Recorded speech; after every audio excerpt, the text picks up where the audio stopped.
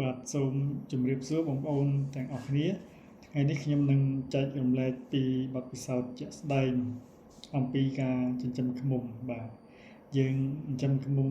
បែបណាទើបបានទទួលបានទិន្នផលទឹកឃ្មុំបងប្អូនបាទកាលពីសម័យមុនបងប្អូនដឹងហើយថាឃ្មុំគេអត់ចិញ្ចឹមទេបងប្អូនបាទមុននឹងបាក់ចង់បានទឹកឃ្មុំយើងដើរចូលព្រៃទៅយើងប្រទះឃើញឃ្មុំណាដែលមានទឹកមានក្បាលទឹកមានអីយើងឡើងទៅយកទៅគឺបានហើយប៉ុន្តែបច្ចុប្បន្ននេះយើងមិនចាំបាច់ធ្វើមុនទេបងប្អូនបាទគឺយើងអាចចិញ្ចឹមឃ្មុំបានដើម្បីយកទឹកឃ្មុំបងប្អូនបាទអញ្ចឹងដើម្បីបងប្អូនអាចចិញ្ចឹមឃ្មុំទទួលបានផលគឺបងប្អូនត្រូវគិតទៅលើកត្តាច្រើនយ៉ាងដូចខាងក្រោមបងប្អូនបាទកត្តាទី1នោះគឺជាកត្តាពូជឃ្មុំបងប្អូនបាទកត្តាពូជឃ្មុំគឺសំខាន់ណាស់បងប្អូនបើយើងជ្រើសរើសពូជឃ្មុំអត់ត្រូវទេបាទយើងនឹងអាចបរាជ័យក្នុងការចិញ្ចឹមហើយអញ្ចឹងពូជឃ្មុំដែលលោកគ្រូ recommend ឲ្យចិញ្ចឹមគឺពូជឃ្មុំបរទេសបាទហើយពូជឃ្មុំបរទេសនេះយើងមិនចាំបាច់ទៅទិញពីបរទេសមកទេគឺយើងទិញនៅក្នុងស្រុកយើងនឹងឯងដោយទៅពូជជ្រូកចឹងបងប្អូនបាទពូជជ្រូកបរទេសយើងមិនបាច់ចាំទៅទិញពីអឺរ៉ុបឬក៏អាមេរិកទេគឺយើងទិញតគ្នានៅក្នុងប្រទេសយើងនឹងឯងអញ្ចឹងហើយលោកគ្រូ comment ឲ្យទិញពូជឃ្មុំបរទេសបាទបណ្ដាជាពូជឃ្មុំបរទេសនៅក្នុងប្រទេសកម្ពុជាយើងនឹងឯងបាទដែល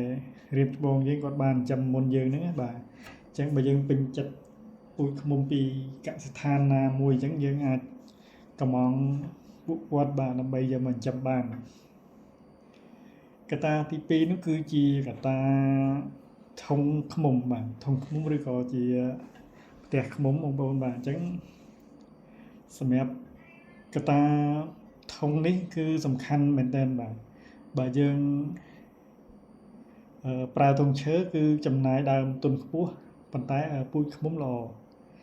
ប៉ុន្តែបើនិយាយពីកត្តាសេដ្ឋកិច្ចវិញបាទគឺគួរតែប្រើធុងស្មាច់ណាបងប្អូនបាទ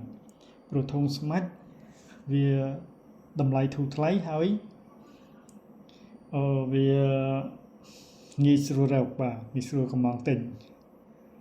បាទកត្តាទី3គឺកត្តាតំបន់ឬក៏ទីតាំងហ្នឹងវាមានលក្ខណៈអំណោយផលសម្បូរប្រភពលំអងផ្កាហើយនឹងទឹកដមបាទបើសិនជាយើងអាចស្វែងរកតំបន់ឬក៏ទីតាំងមានលក្ខណៈអំណោយផលហើយអញ្ចឹងគឺយើងអាចធ្វើការចិញ្ចឹមឃ្មុំបានហើយបងប្អូនបាទជាបន្តគឺកត្តាទី4បាទកត្តាទី4ហ្នឹងតាក់ទងទៅនឹងចំណីអញ្ចឹងចំណីគឺយើងផ្ដល់ឲ្យវាតែនៅរដូវវស្សាទេណាបងប្អូនបាទគឺរដូវដែលយើងអាចក្នុងការផលិតទឹកឃ្មុំបាទអញ្ចឹងសូមបញ្ជាក់បាទតាក់ទងទៅនឹងការបន្ថែមចំណីនេះគឺយើងបន្ថែមតែពេលដែលយើងចិញ្ចឹមពង្រីកពូជឬក៏បំពន់បាទប៉ុន្តែមិនមែននៅក្នុងរដូវយកទឹកឃ្មុំនេះណាបងប្អូនបាទសូមបញ្ជាក់ប៉ុណ្ណឹងចំណុចមួយទៀតបាទចំណុចទី5បាទទី5ហ្នឹងគឺតាក់ទងទៅនឹងការកម្ចាត់វរ៉ាម៉ៃបាទអញ្ចឹងអានេះសំខាន់ណាស់បាទតាក់ទងកម្ចាត់វរ៉ាម៉ៃហ្នឹងតាក់ទងនឹងឃ្មុំហ្នឹងបាទគឺវាត្រូវតែមានមិនថាតែឃ្មុំស្រុកឃ្មុំព្រៃគឺមានដូចគ្នាណាបងប្អូនប៉ុន្តែថា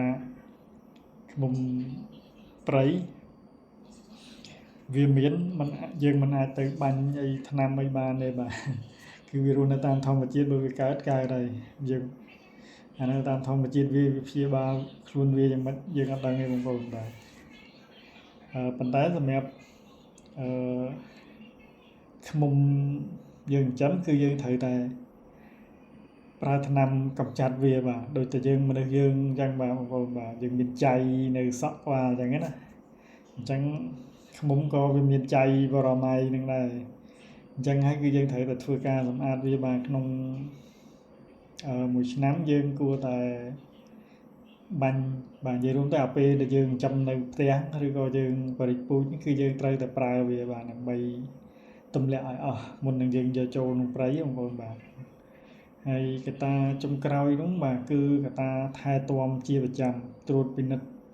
សុខភាពស្ដេចឃ្មុំហើយនិងសម្បុកទាំងមូលបាទអញ្ចឹងកត្តាចុងក្រោយហ្នឹងគឺសំខាន់ខ្លាំងណាស់បងប្អូនបាទយើងចិញ្ចឹមឃ្មុំយើងមិនអាចទុកវាចោលបានទេបាទសំខាន់គឺយើងត្រូវតែថែទាំសុខភាពវាប្រហាក់ប្រហែលនឹងជ្រូកដែរជ្រូកមាន់ទាគោដែរបងប្អូនបាទគាត់ថាបើយើងរវល់អីយើងអាចទុកចោលបាន4-5ថ្ងៃអីបងប្អូនណាបាទអញ្ចឹងខ្ញុំសូមសង្ខេបមកវិញបាទគឺដើម្បីអញ្ចឹងឃ្មុំឲ្យបានជោគជ័យនោះគឺអាស្រ័យទៅលើកត្តា6យ៉ាងណាបងប្អូនបាទទី1គឺតកតងទៅនឹងកត្តាពូជទី2តកតងទៅនឹងកត្តាធុងឬក៏ផ្ទះឃ្មុំទី3កត្តាតំបន់ទីតាំងមានលក្ខណៈអំណោយផលសម្បូរប្រភពលំអងផ្កានិងទឹកដមទី4កត្តាចំណី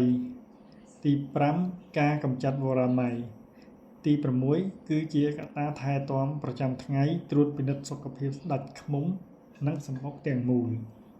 បាទអញ្ចឹងថ្ងៃនេះគឺខ្ញុំបង្ហាញជូនដល់ប៉ុណ្ណឹង